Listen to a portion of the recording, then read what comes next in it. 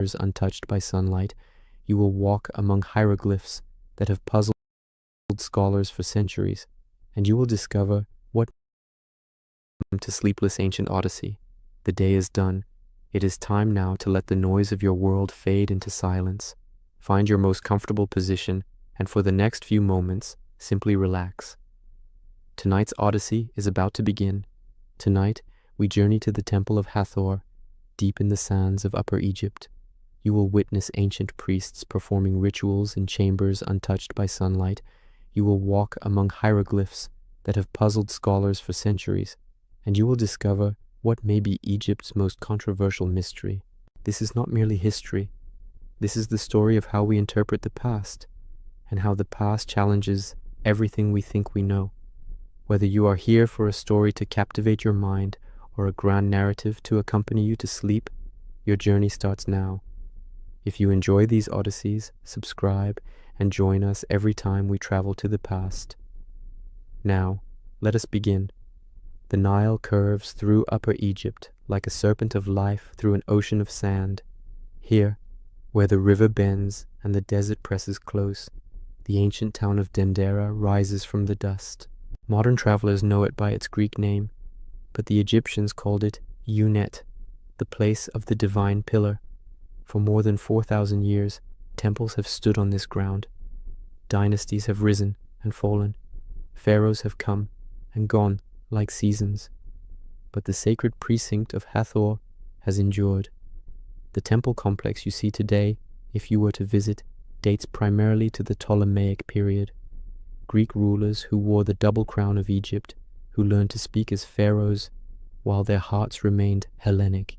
They built in the old style, honoring traditions already ancient when their ancestors were painting pottery in Athens. Construction began around 54 years before the Common Era, in the reign of Ptolemy Thucydides, father to the famous Cleopatra. The Romans would add their own touches later, after Egypt became a province of an even greater empire. But we are not here for the grand halls or the towering columns, magnificent though they are. We are here for something hidden, something tucked away in the depths of the temple, in chambers where tourists rarely venture, and where the modern world feels very far away indeed.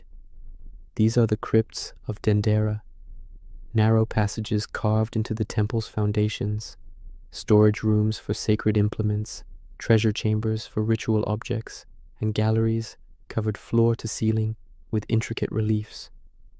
The ancient priests who walked these corridors carried oil lamps that flickered against stone walls.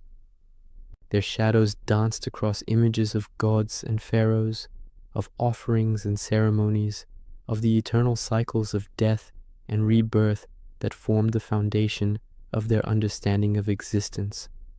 In one particular crypt, on the wall of a chamber barely wide enough for 2 men to stand abreast, there exists a series of relief carvings that have sparked more controversy than perhaps any other images in all of Egypt.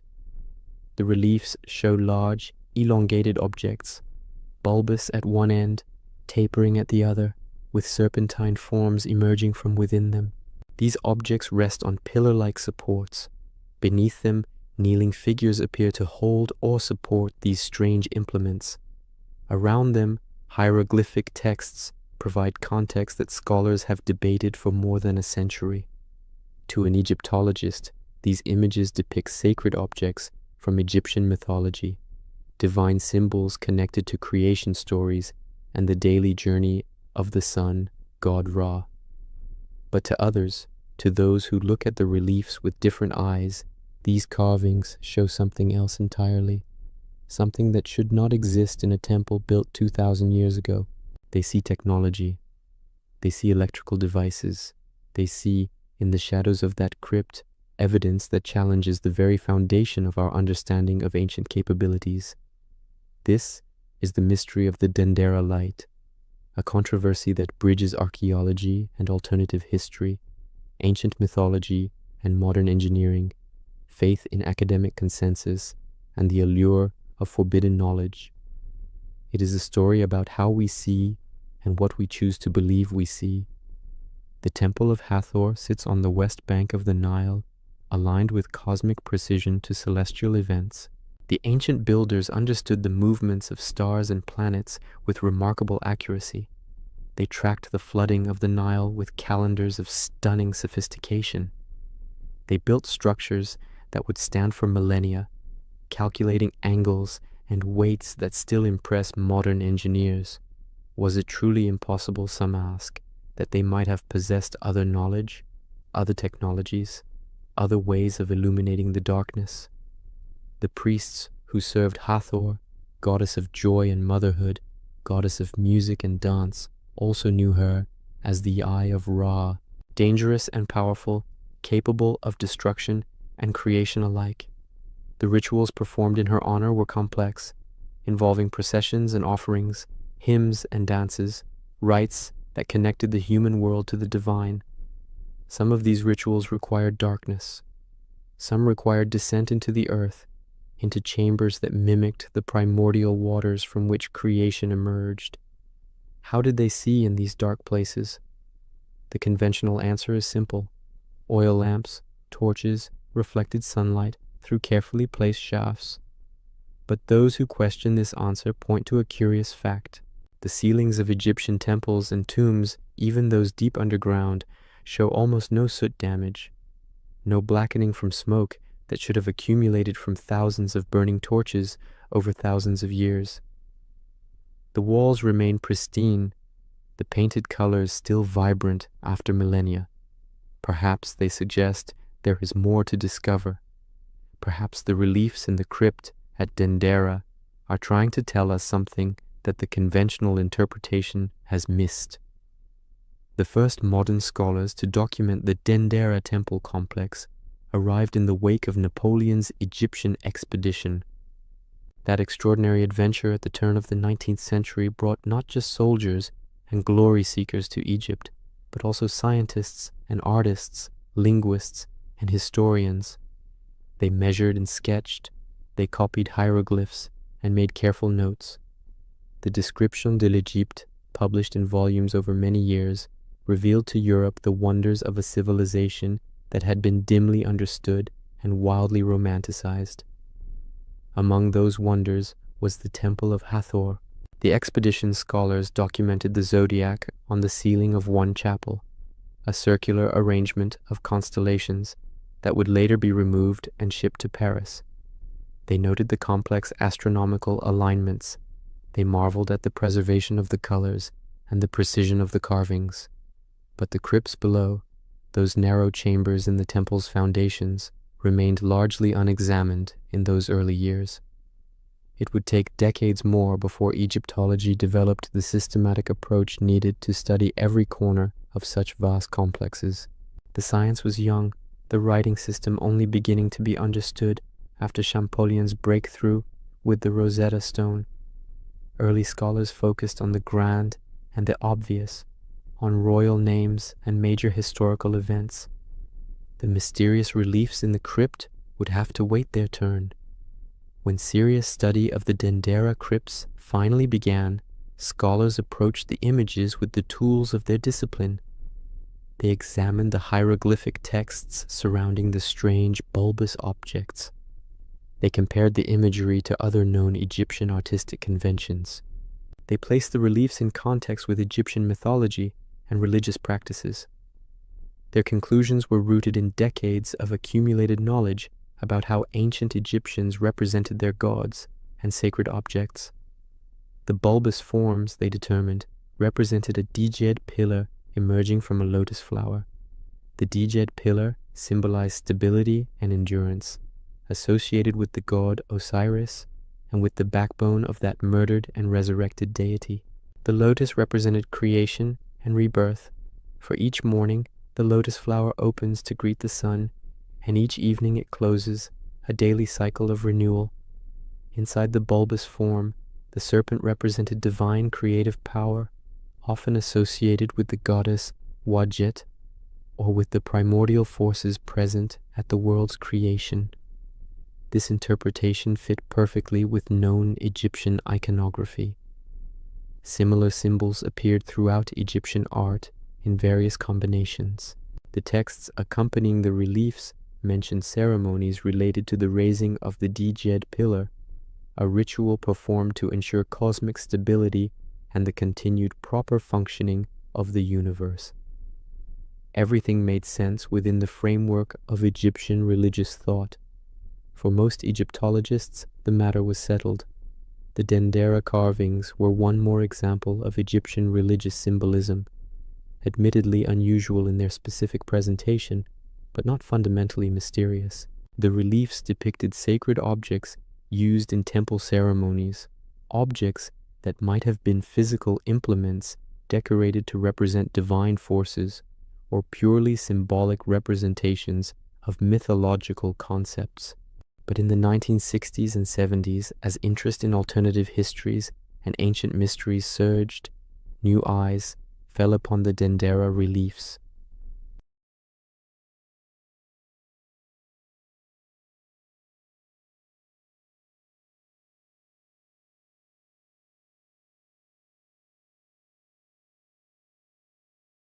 The pillar-like supports resembled insulators. The kneeling figures appeared to be holding cables or conductors. The whole arrangement suggested, to those trained in electrical engineering, a schematic representation of a functioning electrical lighting system. Was it possible, they asked, that ancient Egypt had discovered electricity?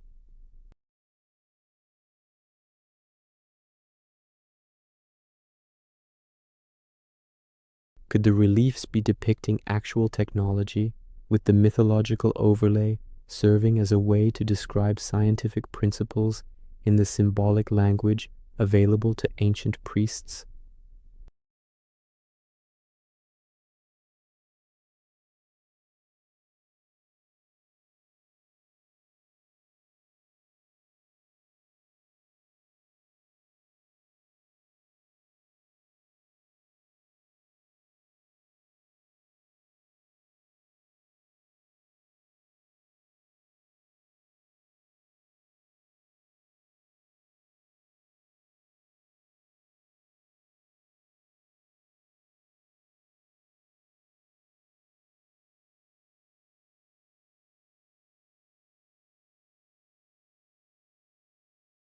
Set aside for a moment what you know about Egyptian mythology and consider only the forms.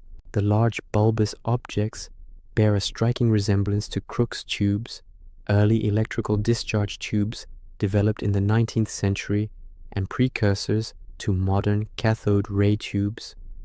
These tubes, when electrical current passes through them at low pressure, produce light along with distinctive glowing patterns. The serpentine forms inside the Dendera objects could represent the electrical discharge or plasma filament that forms inside such a tube. The pillar-like supports beneath these objects resemble high-voltage insulators used to prevent electrical current from flowing where it should not flow. Even the proportions seem right, they argue, for devices designed to withstand significant electrical potential. The kneeling figures appear to hold cable-like objects that could represent conductors connecting the devices to a power source. Supporting this visual interpretation, proponents point to the fact that ancient peoples across several civilizations had access to components that could, in theory, produce electricity. The Baghdad battery, discovered in Iraq and dating to the Parthian period, consists of a clay jar with an iron rod surrounded by a copper cylinder. When filled with an acidic solution, this arrangement produces a small electrical current. Similar devices could theoretically have been constructed in ancient Egypt, though no direct evidence of such batteries has been found in Egyptian archaeological contexts. Furthermore, ancient peoples were familiar with static electricity and certain other electrical phenomena. The ancient Greeks knew that amber, when rubbed, would attract light objects, a property that gave us the word electricity from the Greek word for amber. Is it so impossible, the engineers ask, that Egyptian priests might have experimented with such phenomena and developed practical applications?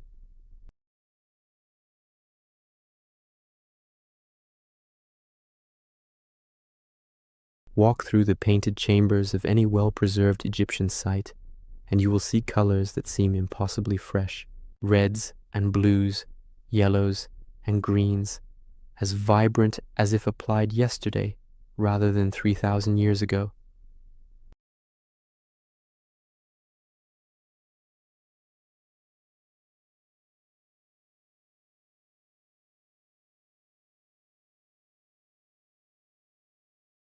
Proponents of the ancient technology hypothesis suggest that torches and oil lamps could not have provided the sustained, even illumination necessary for the detailed painting work visible in these chambers.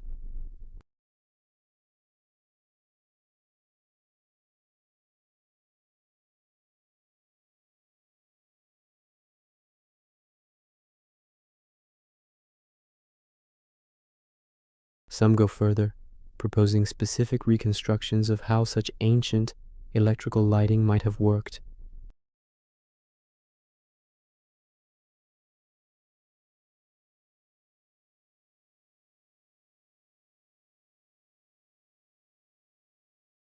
They note that some temples contain copper-lined chambers that could have served as conductors or capacitors. The hypothetical power source remains the weakest point in these reconstructions. Batteries like the Baghdad battery can produce only minimal current. To power devices large enough to illuminate chambers for sustained periods would require many such cells working in concert, and evidence for such arrays does not exist in the archaeological record. Some theorists propose alternatives: static electricity generators, electromagnetic effects from the Earth itself, or technology so completely lost that we cannot even imagine their form. The hieroglyphic texts surrounding the Dendera reliefs receive creative reinterpretation in this framework. Where Egyptologists see references to mythological concepts and ritual actions, the alternative interpreters see technical descriptions couched in religious language. A phrase about the serpent emerging from the lotus becomes a description of plasma discharge. References to divine creative power become metaphors for electrical energy. The raising of the Djed pillar becomes the activation of a device. This reinterpretation requires a fundamental shift in how we understand Egyptian thought. Rather than seeing mythology as purely symbolic, it treats religious language as a code, a way of transmitting technical knowledge through generations using the only vocabulary available. The gods become metaphors for natural forces. The rituals become operational procedures. The temples become not just places of worship, but laboratories or power stations.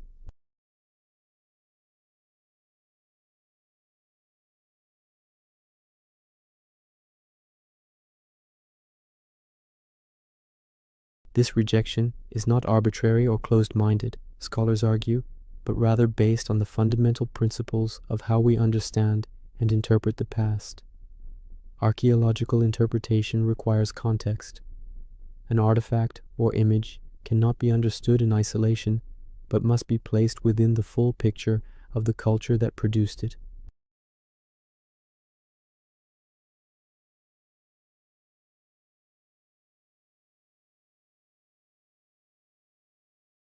Similar symbolic elements appear in countless other contexts, always clearly connected to mythological narratives and religious practices. The Djed pillar appears throughout Egyptian history in contexts that make its symbolic meaning abundantly clear. It represents Osiris, stability, and cosmic order.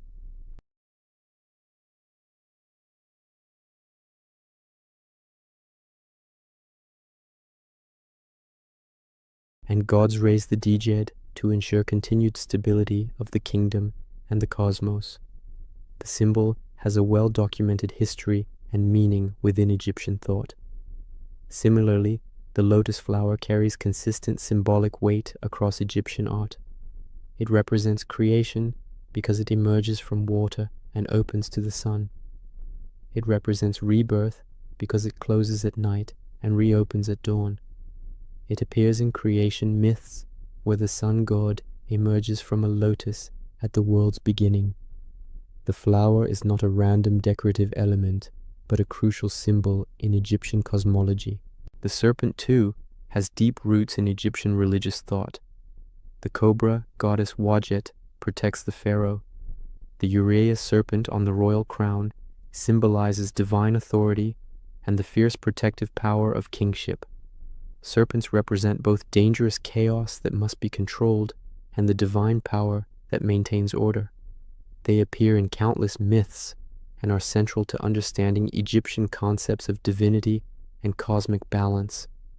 When these elements combine in the Dendera reliefs, Egyptologists see not anomaly but variation on familiar themes. The specific artistic rendering may be unique, but the underlying symbolic content is thoroughly Egyptian. The accompanying hieroglyphic texts, when read with proper understanding of Egyptian grammar and religious vocabulary, describe ceremonies and mythological concepts consistent with what is known from other sources.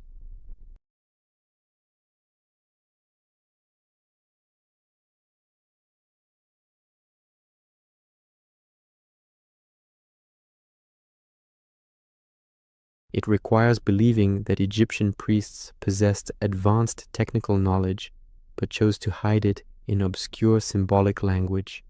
It requires explaining why, if such technology existed, no physical evidence of it has ever been found, despite more than a century of intensive archaeological excavation across Egypt. No components that could serve as discharge tubes have been discovered. No remains of insulating materials appropriate for high-voltage applications. No copper wiring or battery arrays. No power generation facilities. The absence of evidence, when evidence should exist, if the technology was real and in use, becomes its own form of evidence. Furthermore, the engineering reconstructions proposed by alternative theorists face significant technical challenges that their proponents often gloss over. Creating a working discharge tube requires not just a container and electrodes, but precise vacuum conditions or carefully controlled gas pressure. The Baghdad battery produces less than 1 volt of electrical potential. Scaling up to devices capable of lighting chambers would require technological sophistication in multiple areas: electrochemistry, vacuum technology, glass or crystal, working to exacting specifications, none of which appears in the archaeological record. The matter of soot damage in tombs and temples has explanations that do not require postulating advanced technology. Many painted chambers show evidence that they were sealed soon after completion, protecting them from torch smoke during later periods. Reflected sunlight through carefully designed light shafts could provide substantial illumination. Oil lamps, when properly designed and using refined oils, produce much less soot than crude torches. The work could have been done in stages, allowing smoke to clear between sessions. The absence of heavy soot damage is noteworthy, but not inexplicable through conventional means. More broadly, archaeologists and historians emphasize the importance of extraordinary claims requiring extraordinary evidence. The conventional interpretation of the Dendera reliefs requires no special pleading, no undiscovered technologies, no revolutionary rewriting of ancient history. It fits comfortably within everything else we know about Egyptian religion, art, and culture. The alternative interpretation requires assuming that conventional archaeology has fundamentally misunderstood a major aspect of ancient civilization, and that assumption requires much stronger evidence than ambiguous images that can be plausibly explained in simpler ways.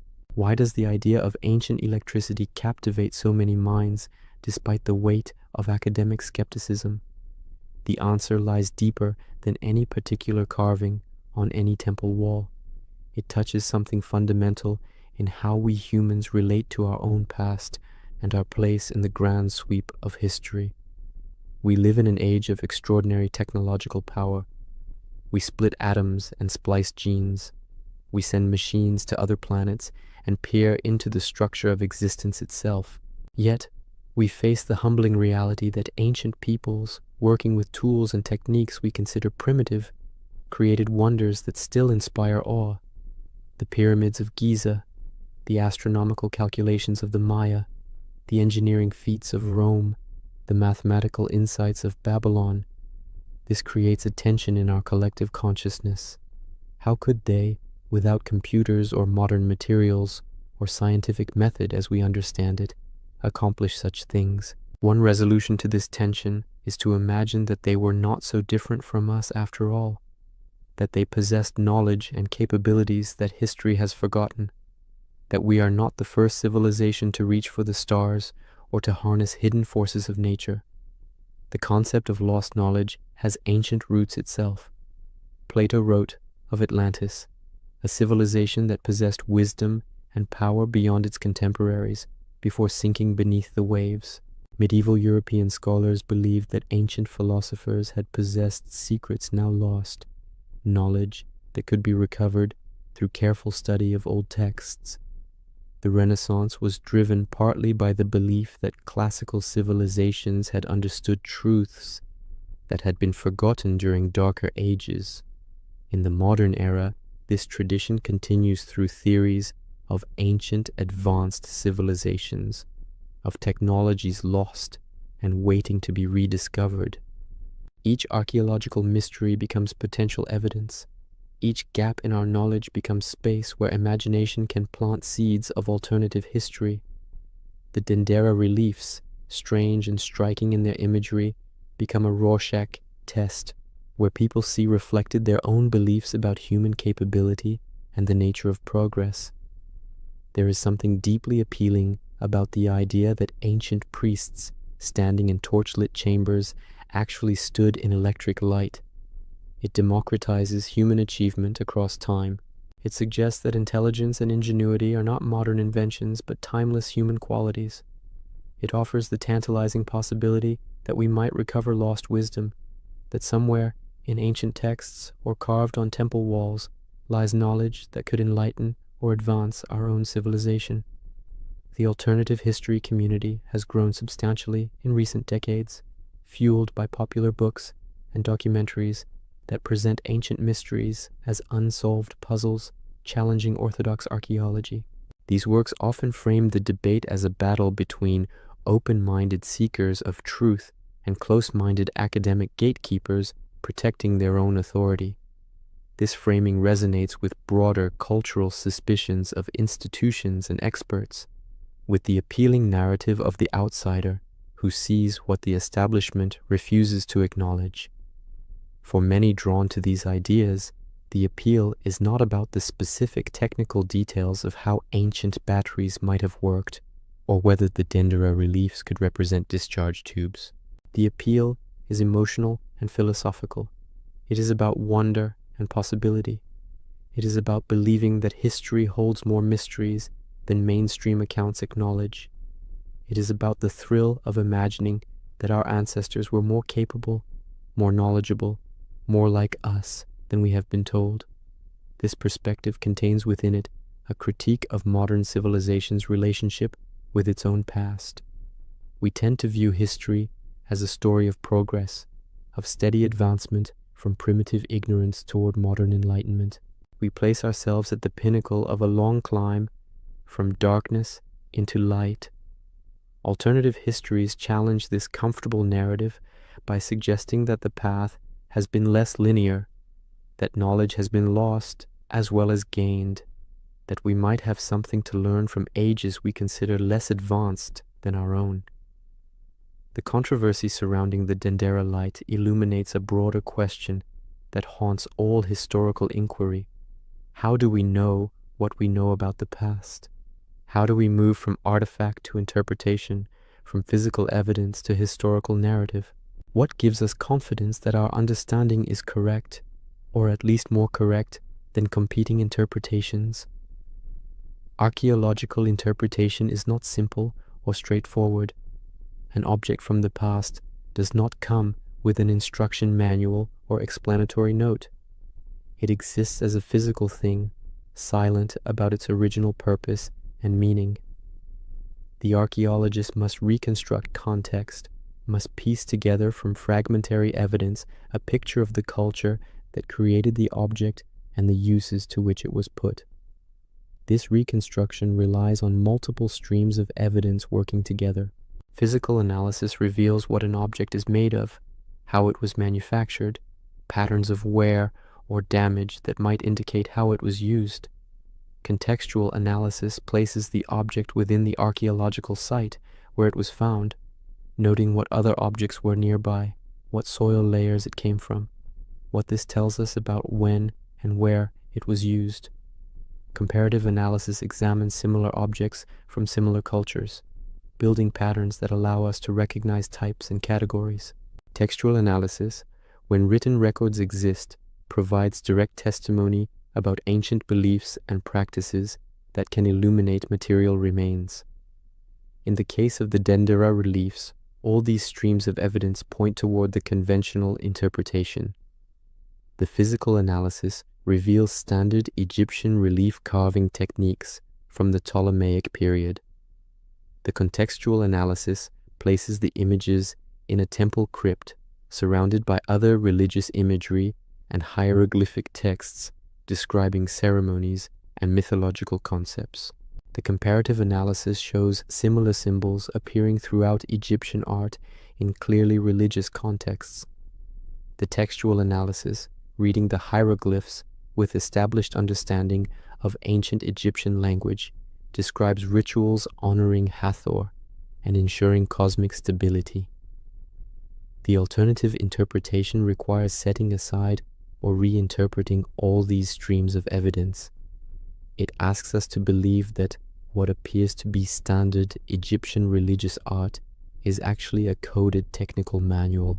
It asks us to trust visual resemblance to modern technology over documentary evidence and cultural context.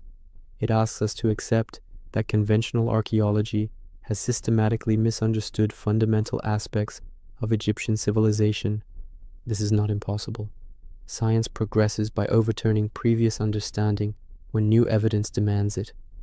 Continental drift was once dismissed as impossible. The idea that a massive extinction event killed the dinosaurs was long considered fringe speculation before evidence made it undeniable. Established consensus can be wrong, but overturning consensus requires compelling new evidence, not just alternative interpretation of existing evidence. The same carvings that some see as discharge tubes, Egyptologists see as mythological symbols. No new physical evidence has emerged that conventional archaeology cannot explain. The alternative interpretation relies primarily on the argument that ancient peoples could not have done what they appear to have done, therefore they must have had advanced technology. This is an argument from incredulity rather than positive evidence. Moreover, the alternative interpretation creates more mysteries than it solves. If ancient Egypt possessed electrical lighting, where did this knowledge come from? How was it developed? Why does it appear in only one set of carvings rather than being mentioned in the vast corpus of Egyptian texts? Why did it leave no physical trace despite being, supposedly, in regular use in temples across the kingdom? Why was it apparently lost so completely that no later civilization rediscovered it from Egyptian sources? The conventional interpretation requires no such multiplication of mysteries. Egyptian priests used oil lamps and reflected sunlight to illuminate their work. They developed sophisticated symbolic systems to represent their religious beliefs. They carved those symbols into temple walls, according to artistic conventions that evolved over millennia.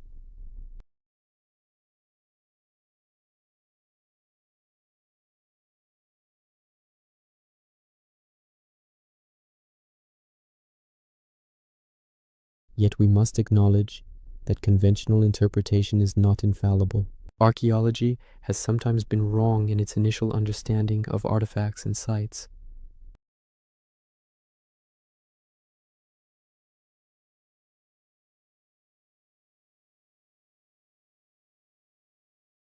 Some cultures have been revealed to have capabilities greater than initially supposed. Confidence in interpretation should come with humility about the limits of our knowledge.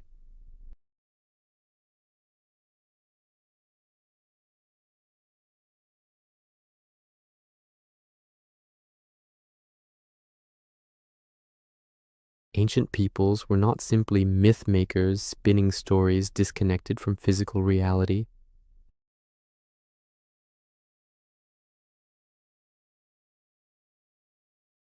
They inhabited a world where the practical and the sacred, the technical and the mythological, intertwined in ways that our modern categories struggle to capture. Consider the Egyptian knowledge of chemistry. They developed sophisticated techniques for creating pigments, for working metals, for preserving bodies through mummification.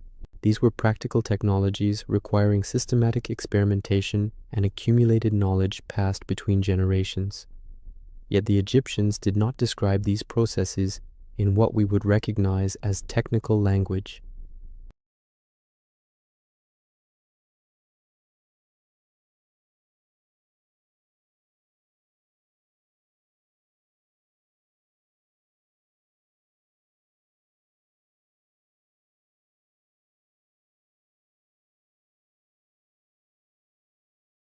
The Egyptians genuinely believed that mummification was a sacred act, that the rituals and spells were as important as the physical preservation techniques. They did not separate the practical from the sacred in the way that modern scientific culture does. A process could be both technically effective and religiously meaningful, both systematic procedure and divine mystery. The same pattern appears across ancient civilizations. Metalworking was sacred art, with smiths often holding special spiritual status.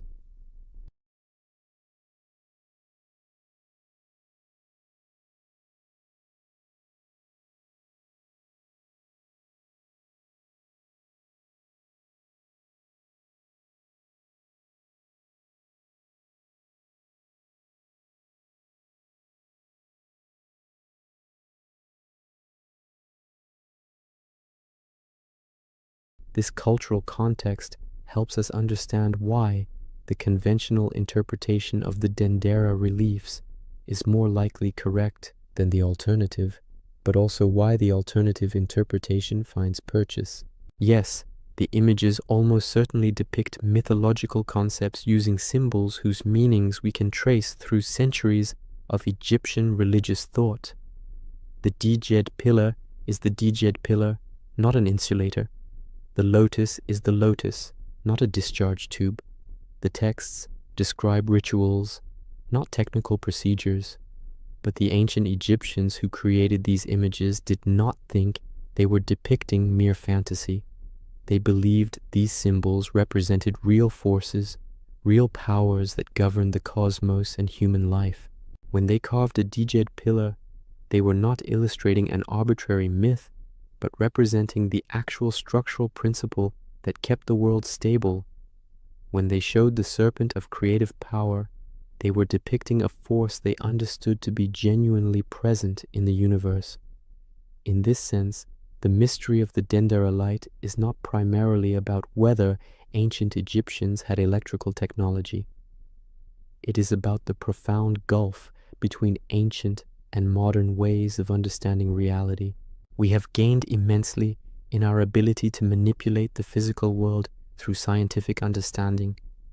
We have lost something of the older understanding that saw the universe as alive with meaning, where every object and action carried significance beyond its immediate practical effect. The engineers who look at the Dendera reliefs and see discharge tubes are not entirely wrong to see technical thinking reflected there. The ancient Egyptians were systematic observers of nature. They developed practical solutions to engineering challenges. They passed knowledge between generations through apprenticeship and teaching. Their priests studied astronomical phenomena with remarkable precision, tracking celestial cycles and predicting events.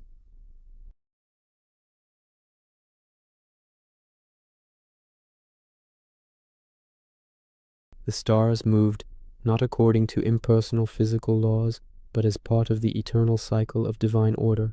The techniques of mummification worked not merely because of the chemical properties of natron, but because proper rituals aligned the process with cosmic forces.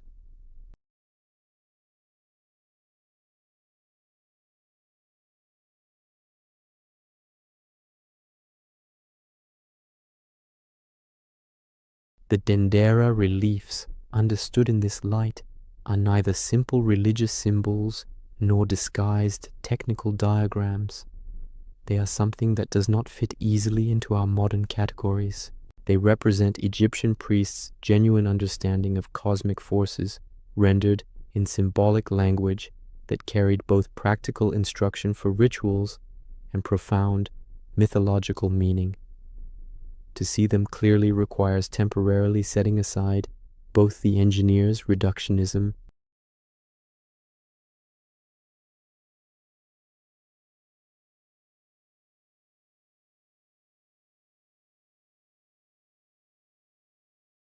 The debate over the Dendera light has persisted for decades, not because either side has definitively proven its case, but because the controversy itself serves purposes beyond simply determining what ancient carvings represent. The questions raised by alternative interpretations, even when those interpretations are almost certainly wrong, can still be valuable if they prompt us to look more carefully at evidence we might otherwise take for granted.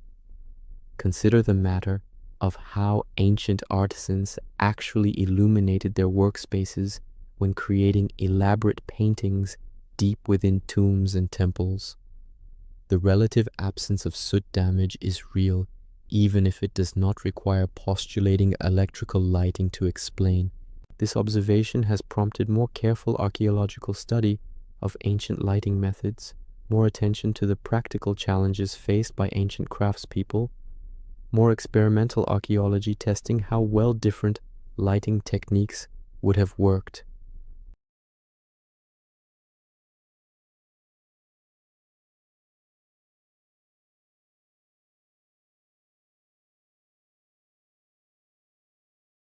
The Egyptians did develop remarkably advanced technologies within their cultural context. Their astronomy was sophisticated. Their engineering was impressive. Their craftsmanship in working hard stones remains difficult to replicate even with modern tools. Recognizing this does not require believing they had electricity, but it does require giving ancient peoples credit for intelligence and ingenuity equal to our own, if applied to different problems with different tools. The broader questions raised by alternative histories about ancient civilizations speak to real uncertainties in the historical record.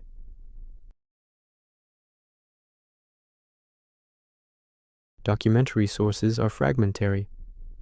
Archaeological evidence is incomplete and can be interpreted in multiple ways. New discoveries regularly force revision of previous understanding. Maintaining some humility about the limits of current knowledge is appropriate, even while defending well-supported interpretations against poorly evidenced alternatives. But questions are most valuable when they lead to better understanding rather than simply casting doubt on established knowledge.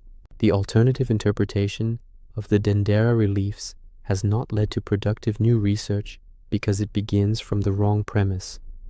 Rather than asking how we can better understand Egyptian religious thought and ritual practice within their own context, it asks how Egyptian symbolism might map onto modern technological concepts. This is fundamentally backwards, imposing our categories onto their very different mental world. More productive questions would include: what precisely do the hieroglyphic texts accompanying the reliefs tell us about the ceremonies they describe? How do these particular symbolic combinations relate to other Egyptian creation myths and cosmological concepts? What can archaeological evidence tell us about actual lighting methods used in temples and tombs? How did Egyptian religious specialists understand and explain natural phenomena they observed? These questions respect the pastness of the past, acknowledging that ancient peoples lived in different worlds with different assumptions and different ways of making meaning. They seek to understand the Egyptians as they understood themselves, rather than converting their thoughts into modern frameworks. This approach is harder than simple pattern matching between ancient images and modern devices. It requires learning ancient languages, studying religious texts and practices across cultures, developing detailed knowledge of archaeological contexts, but it leads to genuine understanding rather than projection.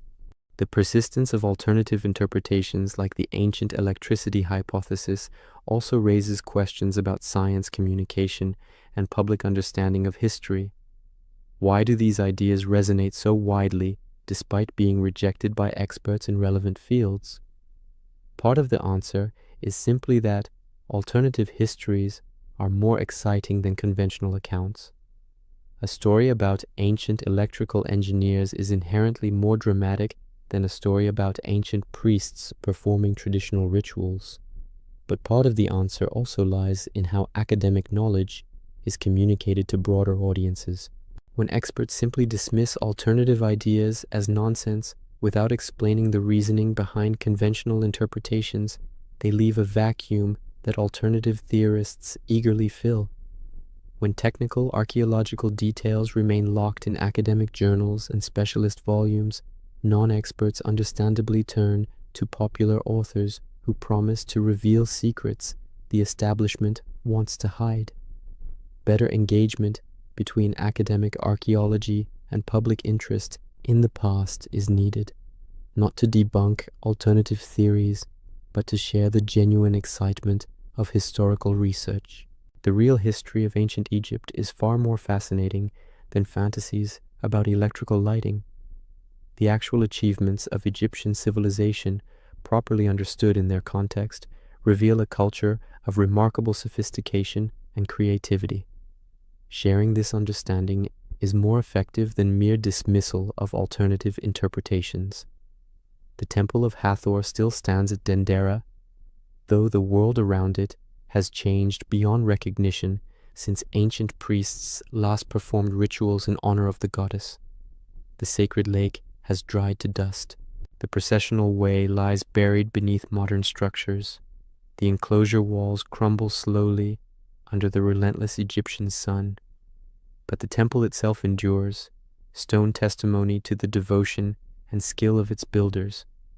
Modern visitors come by the busload, tourists seeking connection with ancient wonders during brief stops on Nile cruises. They walk through the great hypostyle hall where massive columns rise like forests of stone. They crane their necks to view the ceiling, still brightly painted after 2,000 years, showing the sky goddess Nut arched above the world. They photograph the crypts with their mysterious carvings, not always understanding what they see, but sensing the presence of something profound, something that speaks across millennia. The reliefs that have sparked such controversy remain where ancient craftsmen placed them, carved into walls deep within the temple's foundations. They are not the most impressive artworks at Dendera, not the most technically accomplished or aesthetically striking.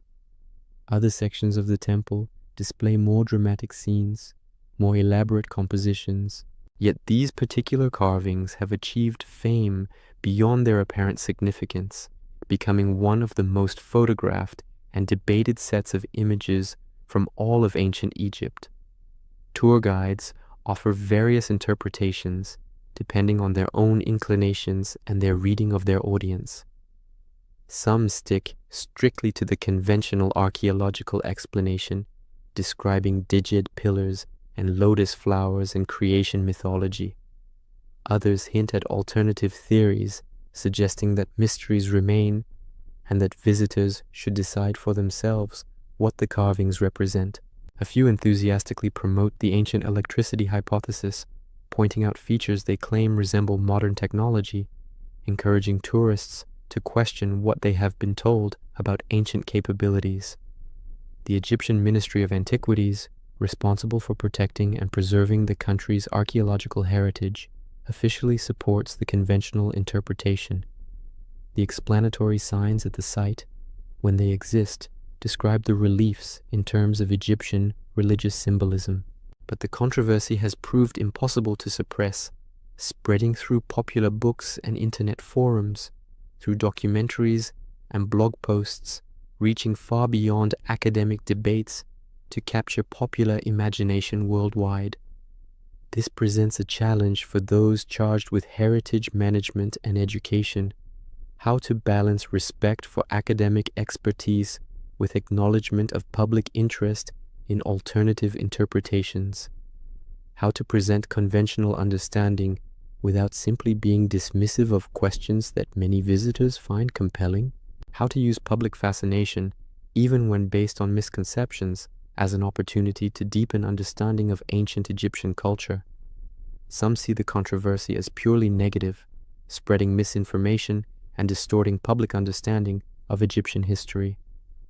Others view it as an opportunity, a doorway through which people initially attracted by sensational claims might be led to genuine appreciation for the real achievements and complexities of ancient Egyptian civilization. A person who comes to Dendera hoping to see evidence of ancient electrical technology might leave with a deeper understanding of Egyptian cosmology and ritual practice, even if they arrive skeptical of conventional interpretations.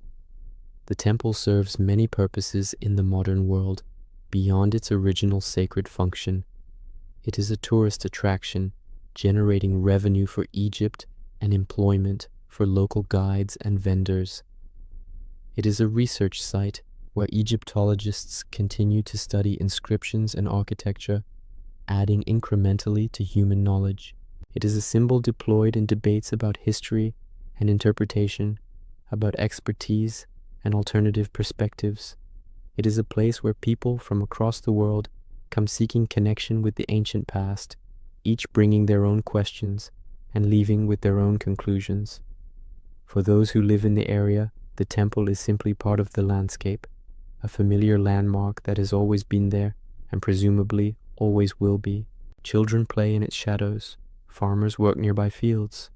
Life continues as it has for generations, largely indifferent to tourist cameras and archaeological debates. The temple has survived dynastic changes, foreign conquests, religious transformations, the collapse of the old gods, and the rise of new faiths. It will survive controversy over electrical interpretations as well. The Dendera light is not an isolated phenomenon in the world of alternative archaeological interpretations. It exists as part of a much larger constellation of theories and claims about ancient civilizations possessing advanced knowledge or technology. Understanding its place in this broader movement helps illuminate why such ideas persist and spread despite academic rejection. Ancient astronaut theories suggest that many ancient megalithic structures were built with help from or inspired by extraterrestrial visitors.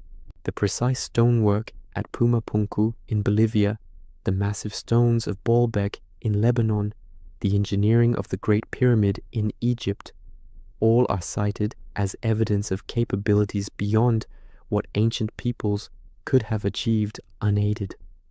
Proponents argue that ancient texts describing gods descending from the sky actually describe spacecraft, that prehistoric art depicting unusual figures represents aliens, that similarities between distant ancient cultures prove common extraterrestrial influence.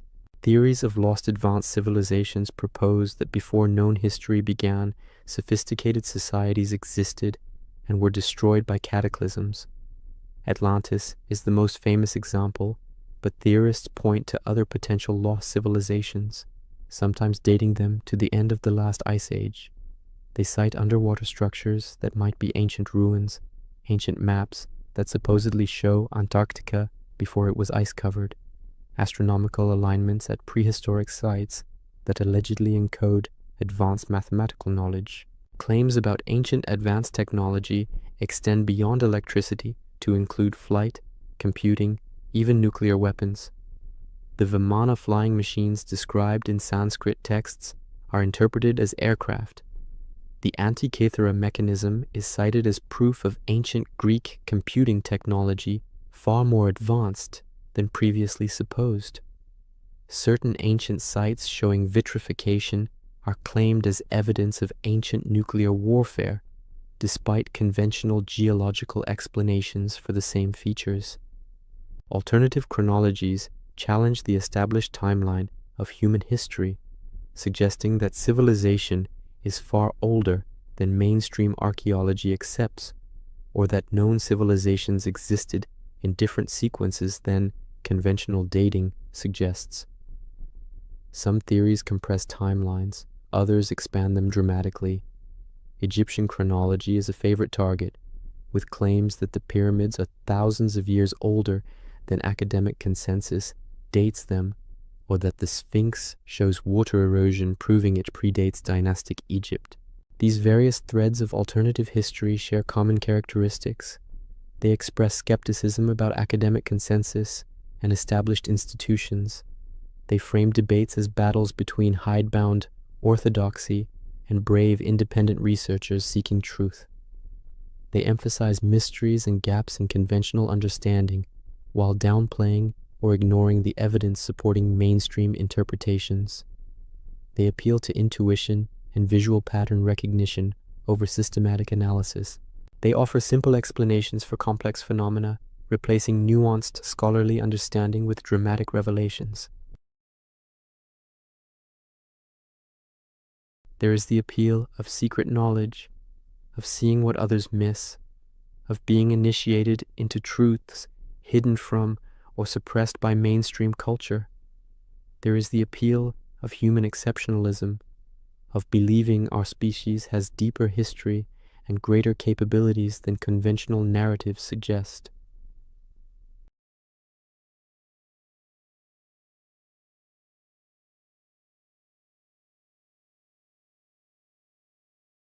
Critics of alternative archaeology argue that these theories, whatever their surface plausibility, do a disservice to both ancient peoples and to historical understanding.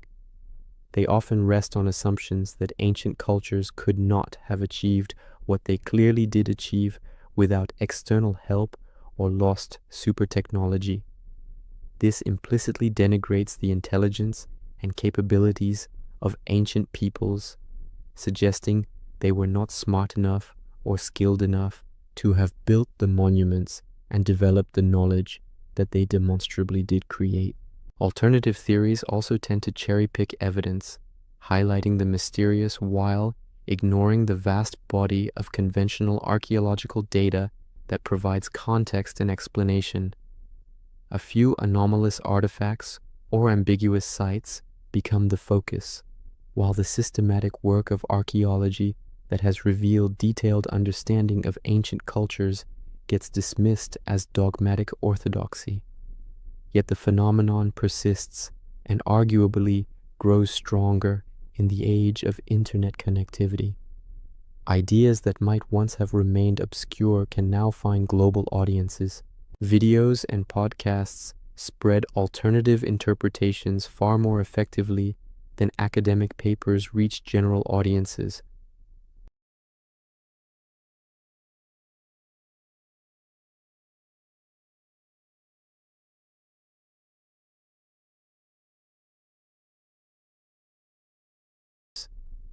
The Dendera light sits comfortably within this broader movement, embodying many of its characteristic features.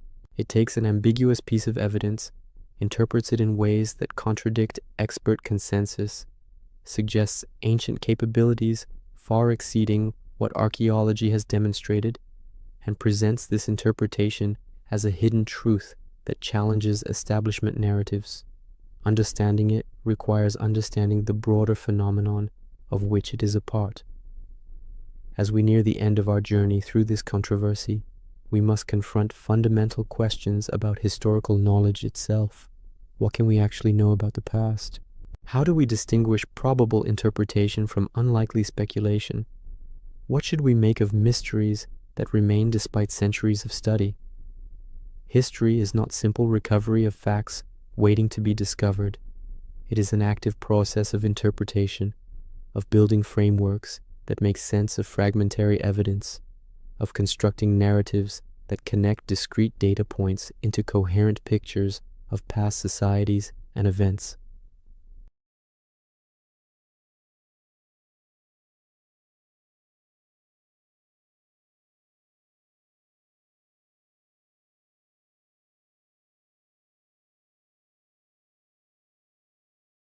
We know when they were carved, give or take a few decades, based on the architectural context and comparison with dated monuments.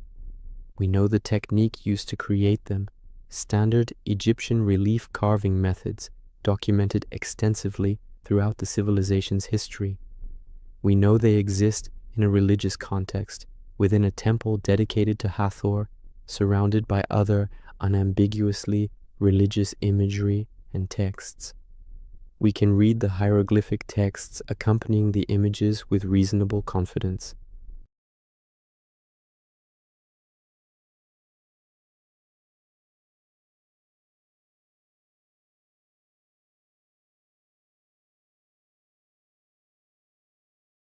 They do not read like technical manuals. They read like ritual instructions and mythological narratives, genres well attested in other Egyptian sources. We can place the symbolic elements, djed pillars, lotus flowers, serpents, within the broader context of Egyptian religious thought. Each of these symbols appears throughout Egyptian art with meanings that scholars have documented in detail.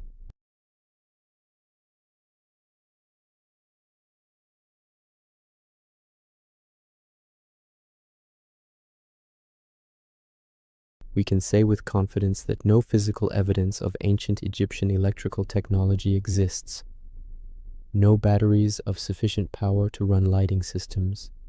No discharge tubes or insulators made of appropriate materials. No electrical wiring or components. No power generation facilities. No technical texts describing such technology. The absence of all this evidence, when extensive archaeological work has been done across Egypt, is significant. All of this evidence points strongly toward the conventional interpretation. The reliefs depict religious symbols used in temple ceremonies. They represent mythological concepts through visual metaphors. They are one expression of Egyptian religious thought, unusual in their specific configuration, but entirely consistent with what we know about Egyptian culture and belief.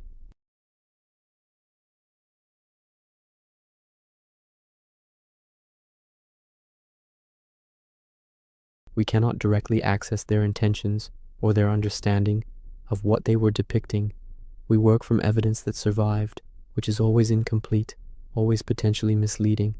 Historical interpretation always involves inference and probability rather than absolute proof. This uncertainty is not unique to the Dendera case. All historical knowledge operates in this space between what we can demonstrate and what remains ambiguous. Professional historians and archaeologists develop expertise precisely in navigating this space, in weighing evidence and understanding what different types of sources can and cannot tell us, in building interpretations that account for all available evidence while remaining appropriately tentative about conclusions. The alternative interpretation of the Dendera reliefs as ancient electrical technology is not impossible in some absolute logical sense. But it is highly improbable given all the evidence. It requires multiple unsupported assumptions. It conflicts with the broader pattern of what we know about ancient Egyptian culture and technology. It solves no real problems while creating many new ones. It is the less parsimonious explanation, the one that multiplies mysteries rather than resolving them. Acknowledging uncertainty does not mean treating all interpretations as equally valid. Some explanations account for evidence better than others. Some require fewer unsupported assumptions.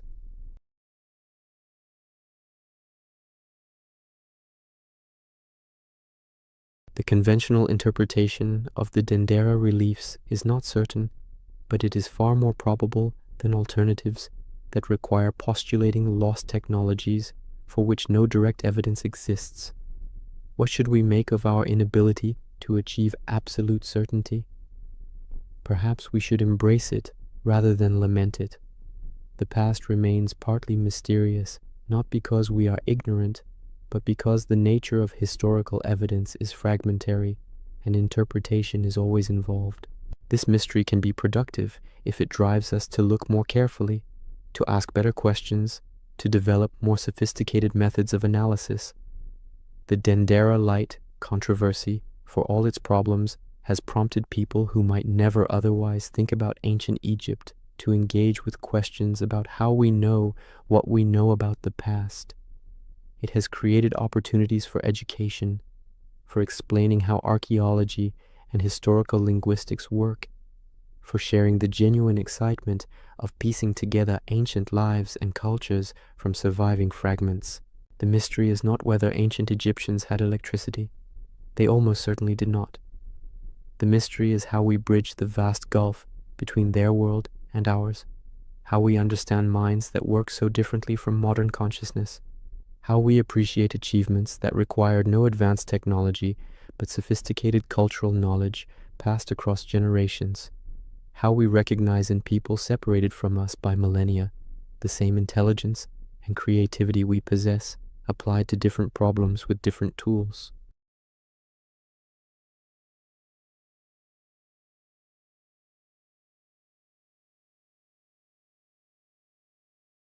Your flashlight beam plays across the carved walls, illuminating figures and symbols that have existed in darkness for 2,000 years.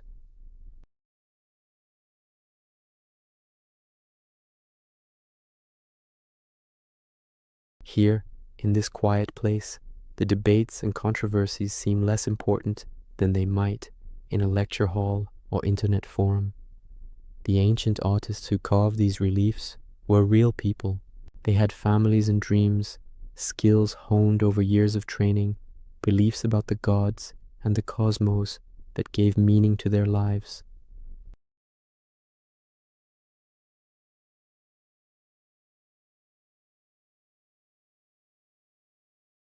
What were they thinking as they worked? Were they depicting divine mysteries they genuinely believed in? Were they recording technical procedures cloaked in religious language? Were they doing both at once, unable to separate the sacred from the practical, as our modern minds insist on doing? We cannot know their thoughts directly. We can only look at what they left behind and try to understand. The reliefs remain unchanged by our interpretations. They are what they are, stone carved with images and hieroglyphs, physical facts independent of our theories about them.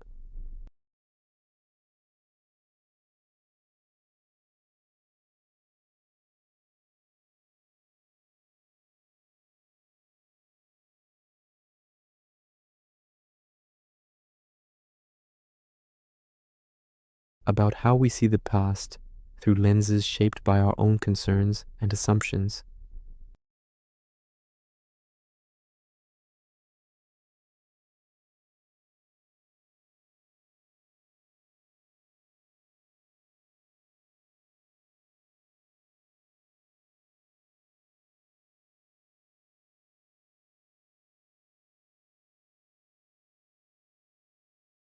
They are bringing their expertise and their way of seeing to an ambiguous image.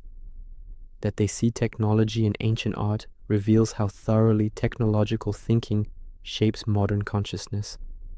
The archaeologist who sees only religious symbols is not closed-minded. They are applying systematic methods developed over decades to understand ancient cultures in their own terms.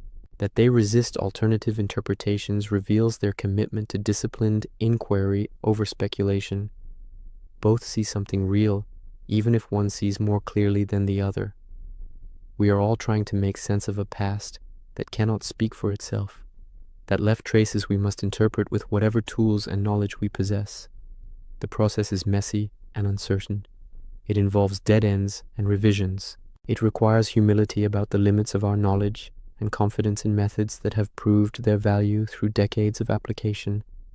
The Temple of Hathor stands under the Egyptian sky, as it has for millennia.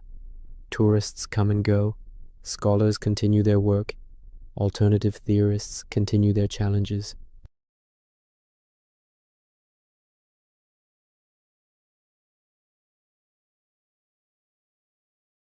They will outlast current controversies as they have outlasted so many previous changes and transformations. What matters is not whether we can definitively prove every detail of our interpretations, but whether we approach the past with respect and rigor, with genuine curiosity and appropriate skepticism. The Dendera light invites us to wonder. That invitation is valuable even when wonder leads us in ultimately mistaken directions, because the act of wondering, of questioning, of engaging seriously with the past enriches our understanding of what it means to be human across the vast sweep of time. The day ends at Dendera as it has for thousands of years. The sun sets over the Nile, the desert cools. The temple walls glow golden in the last light, then fade to shadow. In the crypts below, darkness returns, as it always does when modern visitors leave and switch off their electric lights. The carvings rest unseen until tomorrow's visitors arrive to puzzle over them once more. And in that darkness, perhaps we can imagine ancient priests performing their rituals, honoring their goddess, maintaining the cosmic order as they understood it. They move through shadows with confidence born of faith and familiar practice. They speak words we can barely translate. They invoke powers we struggle to understand.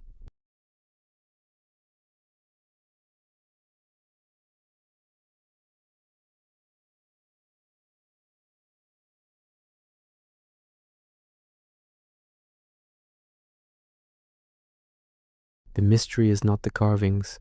The mystery is the gulf of time and consciousness that separates us from those who created them. That gulf can never be completely bridged, but the attempt to bridge it, to reach across millennia and touch another human reality, that attempt is worth making.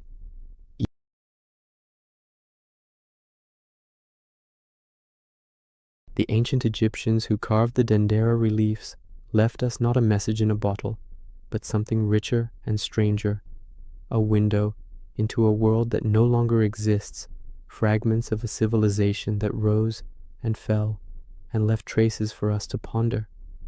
Whether we see correctly what those traces meant to their creators, we can at least see that they meant something profound. That matters more than any specific interpretation.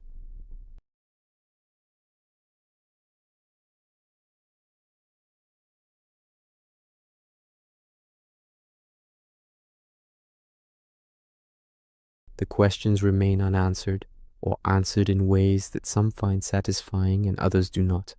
History continues its work, patient and ongoing, adding detail to our understanding, while reminding us that much will always remain beyond certain knowledge.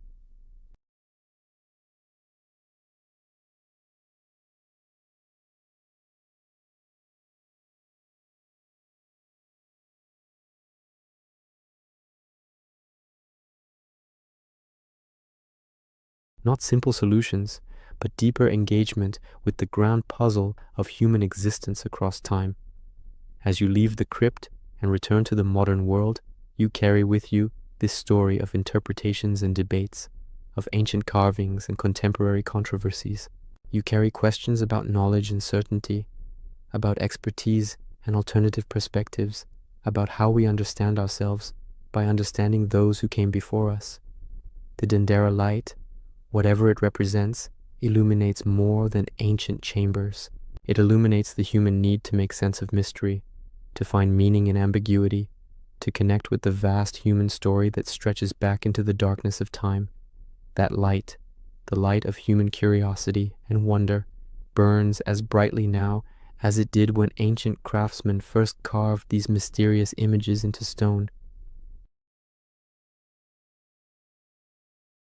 Welcome to Sleepless Ancient Odyssey. The day is done. It is time now to let the noise of your world fade into silence. Find your most comfortable position, and for the next few moments, simply relax. Tonight's Odyssey is about to begin. Tonight, we journey to the desert necropolis of ancient Egypt beneath the sands of Saqqara. You will witness the discovery of colossal stone boxes hidden in eternal darkness. You will walk among the engineers who carved granite with impossible precision, and you will discover a mystery that has confounded archaeologists for over a century and a half. This is not merely history. This is a testament to human capability so extraordinary that it challenges everything we think we know about the ancient world. Whether you are here for a story to captivate your mind, or a grand narrative to accompany you to sleep, your journey starts now. If you enjoy these odysseys, subscribe and join us every time we travel to the past. Now, let us begin. The desert remembers everything and reveals nothing. For thousands of years, the sand dunes of Saqqara have shifted and settled, concealing beneath their weight the remnants of civilizations that rose and fell like the Nile itself. This is a landscape of memory-made stone. Step pyramids climb toward the sky, their ancient limestone blocks weathered by wind and time. Tombs burrow deep into the earth, their passageways cool and dark as the void between stars. It is November 1850. The air carries the peculiar stillness that comes just before discovery, though no one walking these sands could know it yet. In the shadow of the step pyramid of Djoser, the oldest stone monument in the world, a French archaeologist named Auguste Mariette stands contemplating the desert floor. He has come to Egypt not for this. He has come to acquire Coptic manuscripts for the Louvre, a mission of preservation and scholarship. But the desert has other plans. Mariette notices something peculiar. Protruding from the sand, barely visible, is the head of a sphinx. It is limestone, eroded but unmistakable. And then he sees another, and another. They form a line, these silent guardians, their leonine bodies buried, their human faces gazing towards some invisible destination. Mariette knows what this means. In ancient Egypt, sphinxes marked sacred pathways. They stood sentinel along processional routes leading to temples, to tombs, to places of profound importance. He begins to dig. The work is slow, methodical. Sand gives way to stone. The avenue of sphinxes emerges, one after another, a ghostly procession frozen in time. They lead somewhere. They must. Mariette follows their gaze, directing his workers to clear the path ahead. Days become weeks. The desert yields grudgingly, handful by handful. And then, suddenly, the sphinxes terminate at a massive entrance carved into the living rock. The stone doorway is impressive, adorned with hieroglyphs worn smooth by millennia. It beckons, it warns. Mariette stands at the threshold of something ancient, something that has waited in darkness since the time of the Pharaohs. The entrance is partially blocked, filled with debris and sand that has filtered down through countless seasons. But there is a way forward. There is always a way forward for those who are willing to descend into the earth, into the realm of shadows and forgotten things. The workers clear the entrance. They light torches. The flames cast dancing shadows on the corridor walls as the first humans in perhaps 2,000 years step into the darkness beyond. The air is stale, thick with the dust of ages. The corridor slopes downward, descending at a gentle angle into the bedrock beneath Saqqara. Mariette moves forward, his torch held high, his heart pounding with anticipation. What he discovers will change his life. It will change our understanding of ancient Egypt. But in 1850, in that first moment of revelation, he simply stops and stares. The corridor opens into a vast underground complex. Galleries branch off in multiple directions, carved with geometric precision from the native limestone. The ceilings are high, vaulted, supported by the rock itself. The passages stretch away into darkness, their ends invisible. This is not a tomb. This is not a temple. This is something else entirely. The walls are lined with alcoves, niches carved at regular intervals, each one a doorway into a deeper chamber. Mariette enters the first of these chambers. His torch illuminates something impossible. A box, a sarcophagus, but unlike any he has ever seen. It is massive, hewn from a single block of black granite. The stone is polished to a mirror finish, even after millennia. The box is rectangular, perfect in its proportions, with walls several feet thick. It sits on the chamber floor, immovable, eternal. Mariette approaches slowly. He runs his hand along the surface. It is smooth as glass, cold as death. The lid rests atop the box, also carved from solid granite, fitting with such precision that no light penetrates the seam. He moves to the next chamber. Another box. This one is the same. Perfect. Massive. Silent. Chamber after chamber reveals the same sight. These colossal sarcophagi line the galleries, each one identical in craftsmanship if not in dimension. Some are larger than others, but all share the same characteristics. All are carved from single blocks of the hardest stone. All are polished to perfection. All are sealed. Mariette counts them. 24 boxes in total, spread throughout the underground labyrinth. He has found the Serapeum, the burial place of the sacred Apis bulls. These